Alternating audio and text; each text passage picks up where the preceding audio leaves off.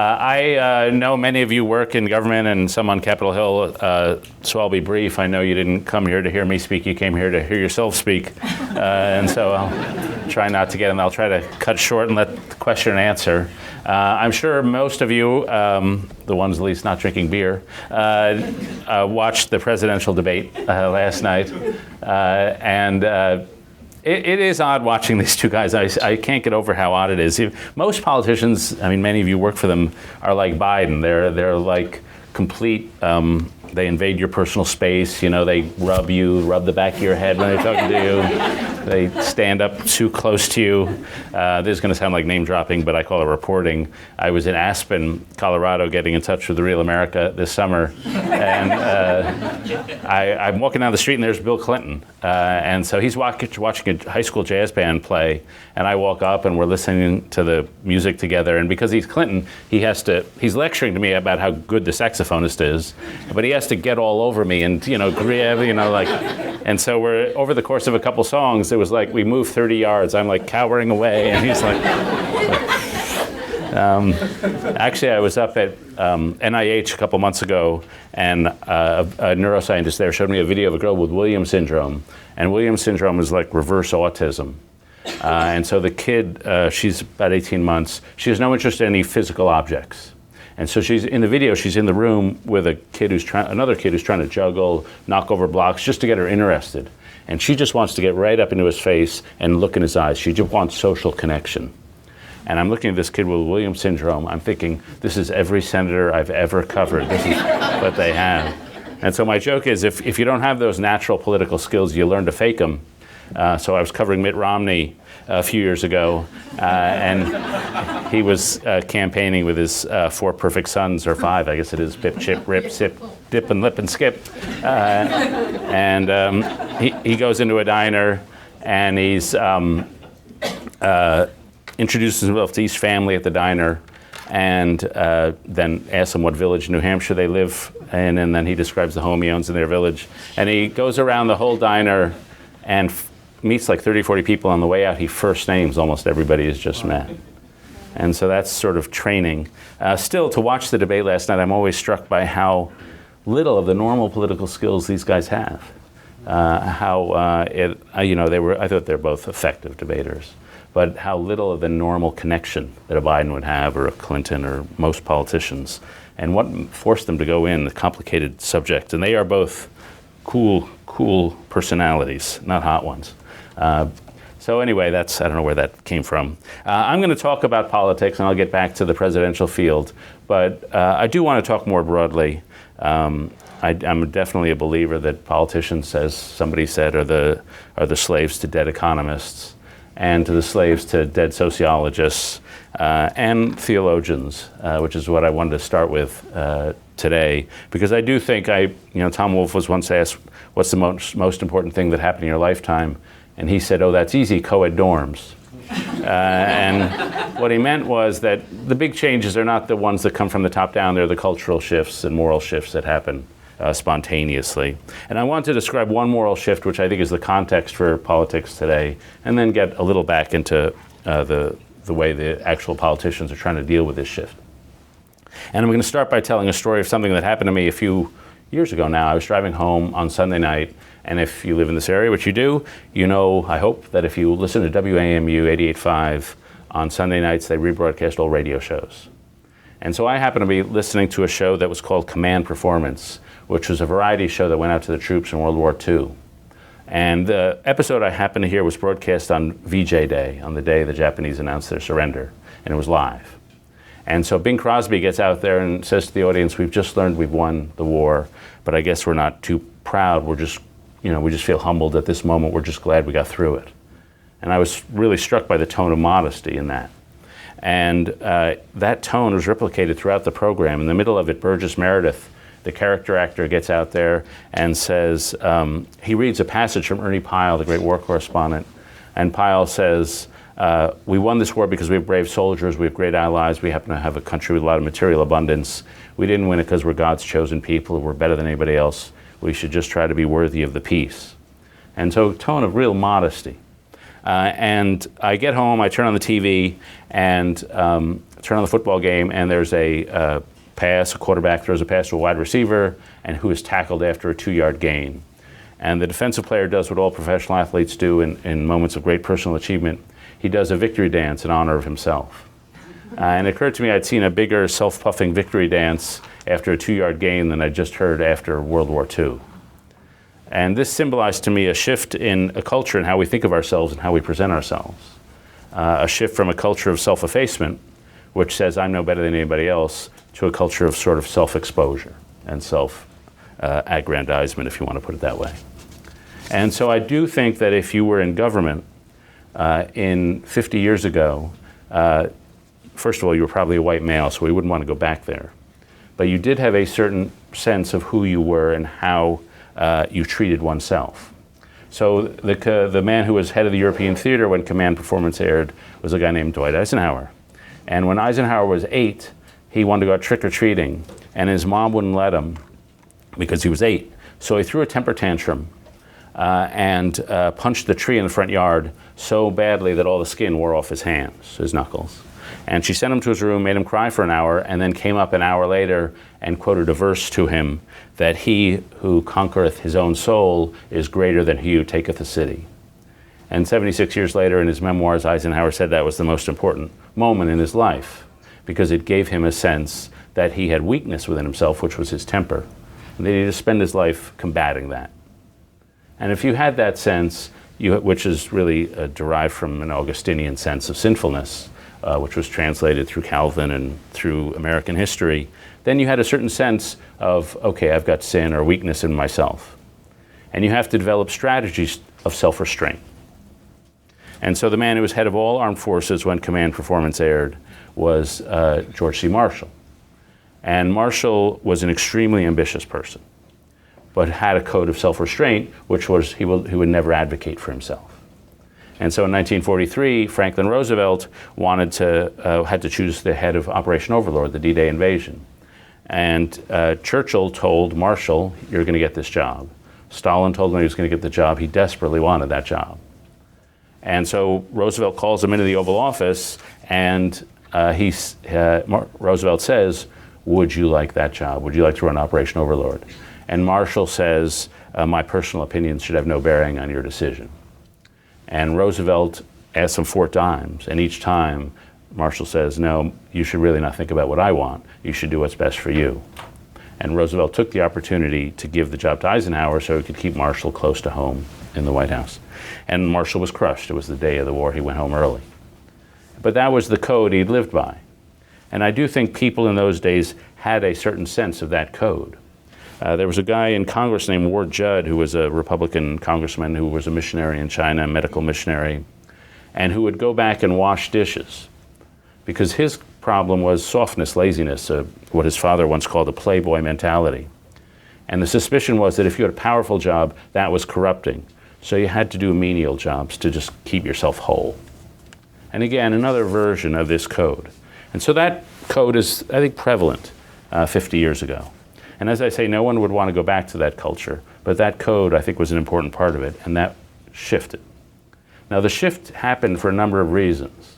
Some of it was psychologists like Carl Rogers and Erich Fromm, who were very big in the 40s and 50s, said the problem in America is that people don't love themselves enough.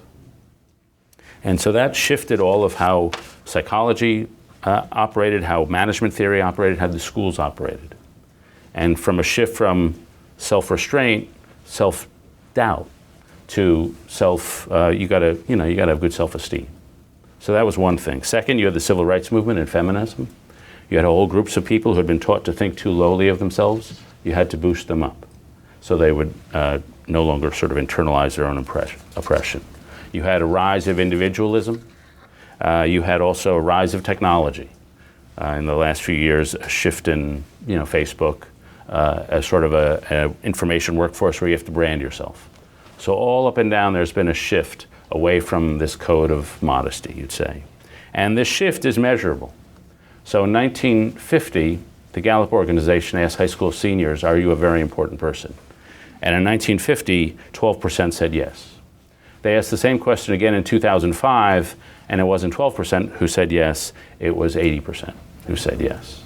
And so that is a shift. If you look at American math scores, we're number 36 in the world in math performance. If you ask Americans, are you really good at math? We're number 1 in the world in thinking we're really good at math. Psychologists have a test called the Narcissism Test, where they give people a bunch of statements and they say, does this apply to you? These are statements like, I like to be the center of attention. I usually show off if I get the chance because I'm extraordinary. Somebody should write a biography about me. And so the median narcissism test score has gone up 30% in the last 2 decades of people saying those things apply to me. Along with this has gone a rise in self-confidence. It won't surprise students here to learn that 96% of college professors believe they have above average teaching skills. Time magazine asked Americans, are you in the top 1% of earners? 19% of Americans are in the top 1% of earners. Paul Schumacher and Edward Russo gave tests to business executives and then asked them about their own industries, and then asked them, how confident are you got the answers correct? People in the advertising industry were confident they got 90% of the answers correct. In fact, they got 60% of them wrong. The most overconfident industry in America is the computer industry. Executives there were confident they got 95% of the answers correct. In fact, they got 80% wrong. This is a strongly gender-linked trait, overconfidence.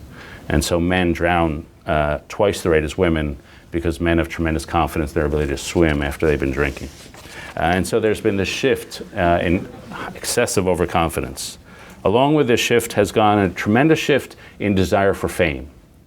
So if you go back 30 or 40 years ago, the number of people who wanted to be famous was quite low.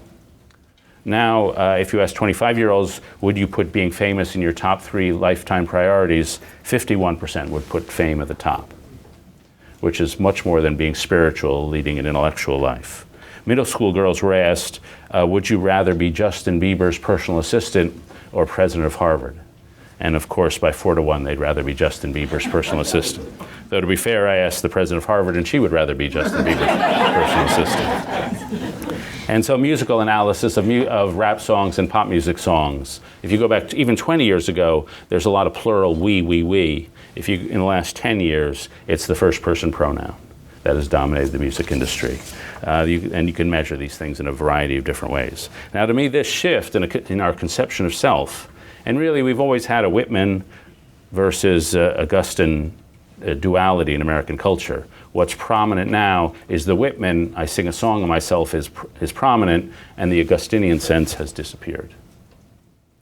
And so I think this has had real impact on politics and on life. First, on consumption.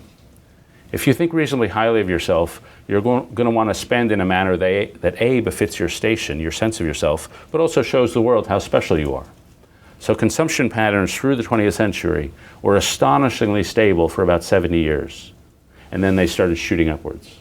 Personal debt as a percentage of GDP was about 45% decade after decade. And then starting in 1970, it shoots up to 133% as people spend more on themselves. Debt. If you see yourself as just a small piece of a long chain of generations, you're going to have a moral horror at imposing debt on future generations, even though every generation has an incentive to spend on themselves and put the costs on the future. And even the New Deal, when they had plenty of reasons to spend money, you saw in the speeches this moral horror. That has gone away. Seemliness, CEO pay. When in the media started broadcasting CEO salaries in the 70s, the supposition was that if we broadcast how much CEOs are paid, they'll be so embarrassed they won't want to ask for more money. That obviously was the reverse of what happened. And the reason CEOs the main reason CEOs make so much now than before is not because they're more important to their companies. They're just unembarrassed about asking for the move, the way they used to be. Risk. If you have a modest sense of your own ability to calculate risk, you're not going to want to take risks. The financial crisis showed that's no longer true. Polarization. If you think you have a partial piece of the truth, your understanding of the world is flawed, then you realize you need the people who disagree with you to correct your own shortcomings. But if you think you have truth by the short hairs, then the people who disagree are just in the way. Distrust. If you look at people one of the striking facts about politics is, and to me the most important poll about politics, is do you trust government to do the right thing most of the time? through most of the 20th century, 70 and 80% of the people trusted government, do the right thing most of the time. Now, if you ask people, it's about 19%. And some of that is people have been disillusioned by politics. But it's not as if politics was so great in the 1890s. A lot of the reasons that levels of trust have gone down so much is everybody thinks they're better than everybody else and better than those who ruled them. And so these all have an effect on politics and the atmosphere in which politicians have to run their lives. And so the first big point is that we all complain about politicians, but we voters are no walk in the park. And that the cultural context makes it extremely hard to govern now. We're locked into tribal ghettos, we're locked into epistemic roots, we're too tolerant of our own side's dishonesty, we're too willing to push debt burdens off on the future, and basically we want more government than we're willing to pay for. And so politicians are stuck in that. And you look at the two politicians, and I've covered both of them for a long time, and I think they're both exceptional men. I think Romney is an extremely decent person, and the stories of him ministering to sick kids, helping illegal aliens, helping Mormon alcoholics, those stories, once you get up and start reporting, those stories just flow out. We've rarely had a politician who spent that much time while climbing the career ladder devoting himself to his community. And yet he's a phenomenally hidden person. He's hidden in part because of this code of reticence that he still a little has. I remember when I was covering George H.W. Bush, because he came a little from the old era, the campaign staff could never get him to talk about himself. And they'd beat him up. You're running for president, talk about how great you are. And they'd finally get him to talk about himself, and his mother, who was still alive, would call up and say, "George, you're talking about yourself." And he'd clam up for 2 weeks. Romney has a little of that. The second reason he's hidden is because of his Mormonism and the anxiety, I think, that still goes about that. But we've begun to see that diminish. And third, he's basically a non-ideological person running in an ideological time. People who work with him all up and down over the years have said he just doesn't engage things philosophically. It's just not how he thinks. But he lives in an ideological time, running in an ideological party, and so he's faking it. And he does all the things that insincere people do, which is sometimes they come on too strong, sometimes too weak, but they're marked by a level of inconstancy. And so he's trying to deal with these rotten circumstances by being less than he is. And Walter Lippmann had a great phrase, which is that our politicians hide their virtues and broadcast their vices. And I sometimes am reminded of that. So he's become a very hidden person. Even after the debate performances where he was better and I think a little more authentic. Obama is not hidden, but he's changed. And so I started covering him back in Chicago and in the Senate, and of course we've all seen the last 4 years. I was really struck by how he said he's a changed person in his convention speech. To me, that was actually the most revelatory moment of this campaign. And that is true as someone, having covered him. He came into office bursting with new ideas, 61 major initiatives in the first 6 months. He came into an office exuding a code of relaxation and niceness. I remember usually when you criticize a president in a column, they call you or the staff calls you the next morning and they scream at you, "You're a complete and total idiot." The Obama people were feeling so good in those first year or two. If you criticize them really harshly, they'd call you the next morning and they'd say, "David, we really like you, we respect your work. It's so sad you're a complete and total idiot." But at least it made you feel better. Their confidence was so high. Intellectual, he had time in the early days to read and write. Think about other things. I've talked about this before many times, but I once asked him out of the blue, "Did you ever read Reinhold Niebuhr, this 1950s theologian?" And this was just an out of the blue question in an interview. And he said, "Yeah, I read Niebuhr." And I said, "Well, what does Niebuhr mean to you?" And he spent the next 20 minutes giving me a perfect description of Niebuhr's theology. And as Chris Matthews would say, I had a tingle up my leg.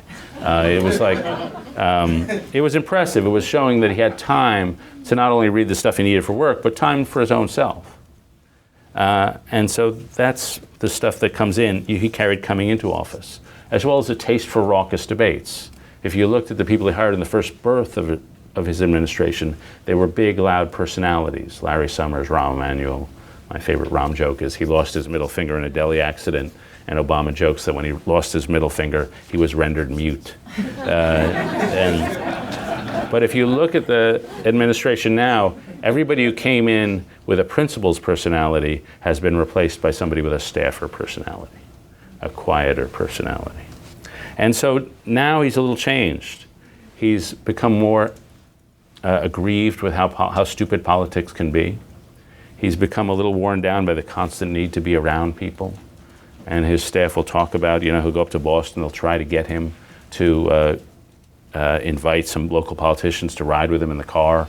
And he just doesn't want to do it. He wants to be alone. I think he has sort of a writer's personality. I think he's more frustrated by the Republicans. He's much more frustrated by the limits of the office. I asked a previous president toward the end of his presidency, what's the one thing you learned being president you didn't know? And he said, there's a lot of passive aggressive behavior in government that I didn't know about, that I'll give an order and just nothing will happen. And I think all presidents learn that. Obama is also much more insular. The circle of people that are in the inner circle has shrunk and shrunk and shrunk. Every White House that I've covered is more centralized than the ones that have come before, more fearful of leaks than the ones that have come before. And this White House certainly extends the trend. And finally, I think there's just less of a sense of, I've got the wind at my back, I can handle this. I was really struck in the first debate, the difference between the debates last year and this debate. The first one, not last night's. In the debates last year, let me tell a story. Bob Schieffer, who was moderating one last year as this time, hosted a debate. The McCain and Obama get out there, and when McCain gets out there to the podium, starts writing in his legal pad. Obama gets out there to the podium and doesn't write, but every time Schieffer asks him a question, he sees Obama pick up his pen. And so one of Schieffer's assistants after the debate goes up to the podium and grabs the legal pads off both podiums just as a souvenir. And Obama's piece of paper is plain white with just a series of straight lines. So every time Schieffer would ask a question, he'd just drawn a straight line. And if you can do that, you're feeling pretty cool about things. And in the first debate, I was really struck by how much he was writing. That sense of equipoise was gone. Now, it came back last night, but you saw someone who'd been affected. And so I think he too has been, ground down, as any of us would. One of the things, I think it was Henry Kissinger, or somebody will ascribe it to Kissinger, you don't build up human capital in the White House. All the ideas you're going to have, you bring in, and you just wound down your human capital because there's no time to think. And so these are two good men who are caught in these rotten circumstances, and that's my second point. And my third and the final point I'll make is that even given everything they have to deal with, an incredibly frustrating electorate, and politically stupid political system, and a media that is not always, a bunch of Boswells and Aristotles floating around, I still think we have a right to be disappointed in them. And I still think they've run campaigns that are disrespectful of the voters. And I'm not comparing their campaigns to magical campaigns of my imagination. You look at Reagan, which his campaign was a real reaction to the 1970s, offered something different than what his party offered. You look at Clinton, the third way New Democratic approach. You look at George W.'s campaign, the first campaign, the compassionate conservatism. Obama's Hope and Change campaign. Both these campaigns had a vision that was interestingly different than what their party had offered before. All these campaigns had a vision fit for a specific historic moment. All these campaigns had some big policies fleshing it out. I would say the 2012 campaigns have fulfilled none of these tasks. It got noticed 2 years ago. Usually they start the campaigns by giving a series of big policy speeches. They go to universities and they'll give a 45-minute policy speech. And that was typical for every other campaign until this one. They gave no speeches this time. And so that substance was gone. Second, I'd say they have no enactment strategy. They're going to face a fiscal cliff in a closely divided Congress. Neither of them really has an idea of how to pass anything in a highly polarized, closely divided Congress. So a lot of the things they're talking about have the aura of make-believe. Third, I think both are driven by negative passion, the desire to beat the other side rather than the desire to win for themselves. Fourth, the consultants have become more and more perfected at the art of micro-targeting, of slicing the electorate, and especially their own coalitions, into teeny little slices and then offering something to each slice, paying much more attention to the members of their own coalition than those outside. And then finally, I think the smartphone technology has hurt, because people are responding to the issue of 5 minutes ago, and they get looped in these little conflicts on issues that nobody outside the campaigns is actually paying attention to. And so I think they've had the effect of restultifying the body politic. And so what you saw over the last few years is this dash away from the two parties, this de-alignment phase, as people became independents.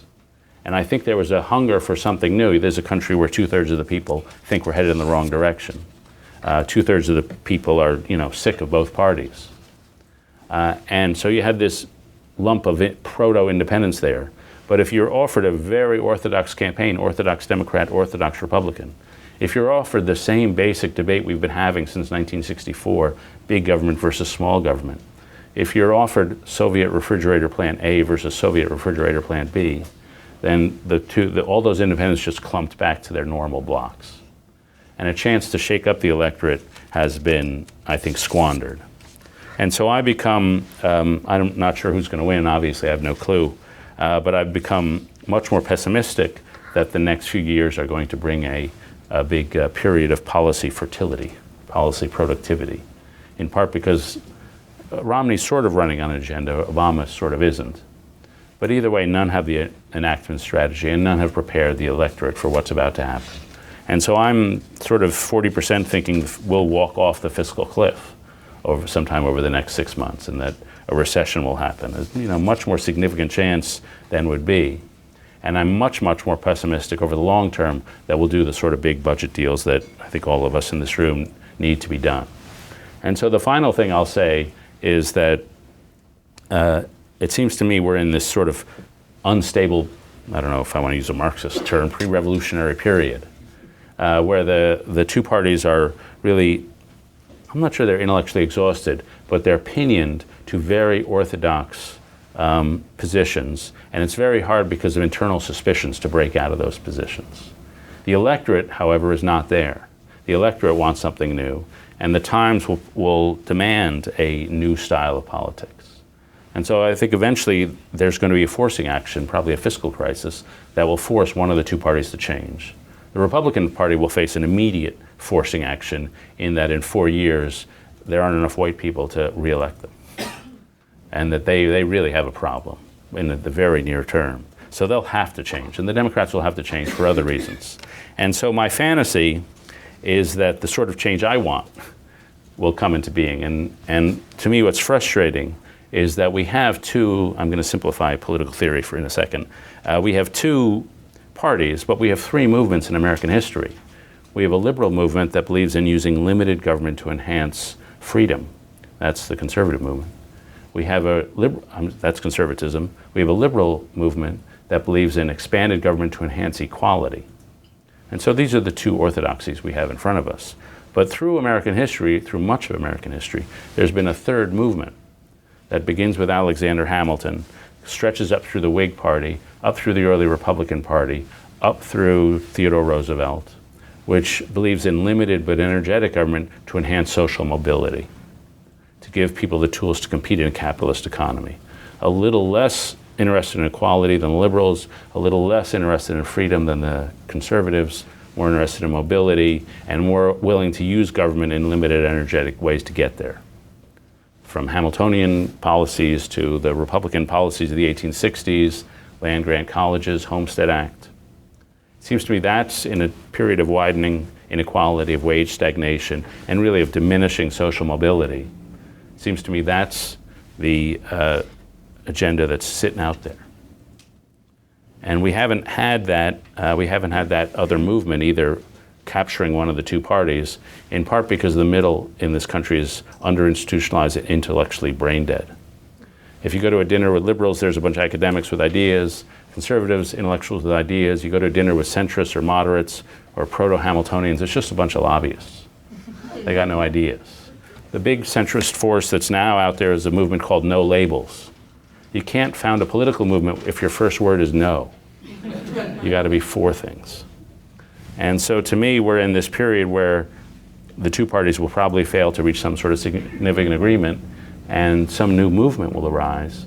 And my hope and prayer and my fantasy, more than a hope, is that it'll be a Hamiltonian resurgence led by, I have no clue who, but that seems to me where we're headed. Anyway, thanks very much.